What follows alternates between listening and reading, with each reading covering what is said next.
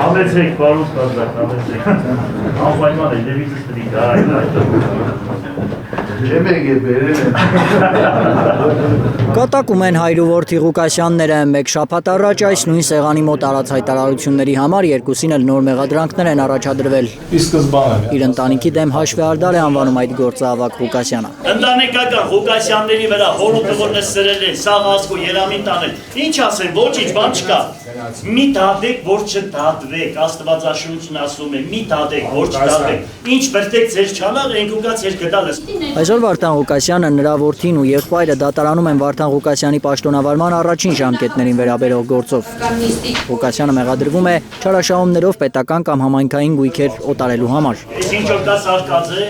հասկանալի է Ղուկասյանը նմանատիպ բաներ չի արել, սա տեսակի կռիվ է։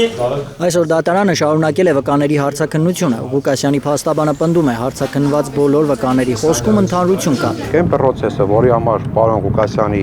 մեղադրանքի առաջադրվել, այդ պրոցեսի մեջ պարոն Ղուկասյանի մասնակցությունը նախ եղել է գրեթե 0։ Հայրապետյանի խոսքով կադաստրի կոմիտեն չէր կարող թույլ տալ հողերի ու անշարժ գույքի ապօրինի օտարումները, եթե թույլտվությունները կան, նշանակում է ապօրինի օտարում չի եղել։ Ինչ պրոցեսով որ քաղաքապետարանում փաթեթներ են կազմվել, ավելի խիստ ենթակա է եղել ստուգման կադաստրի կոմիտեում։ Եվ եթե խնդիր լիներ, կադաստրի կոմիտեն միանշանակ այդ խնդիրը ֆիքսելու էր։ Եվ եթե գրանցել է իրավունքը, դեպաբար խնդիր չի եղել։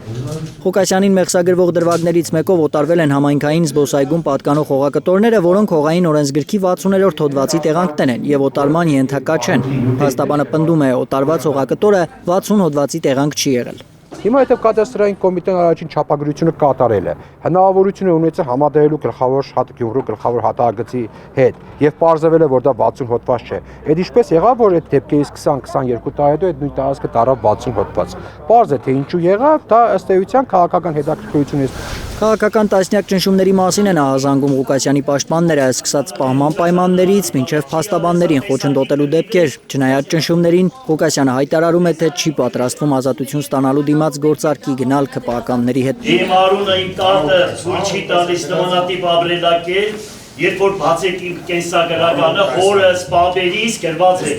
մաքուր ճիշտ հայրենասեր բայրադաշտի տղա։ Ալբերտ Սերոբյան, Միլենա Պողոսյան, Արմեն Ապրեսյան, Հայլուր։ Հայաստանում եւ աշխարհում տեղի ունեցող իրադարձությունների մասին առաջինն իմանալու համար բաժանորդագրվեք մեր ալիքին, սեղմեք զանգակը, որ բաց չթողնեք ամենահրատապը, ամենակարևորն ու հետաքրքիրը։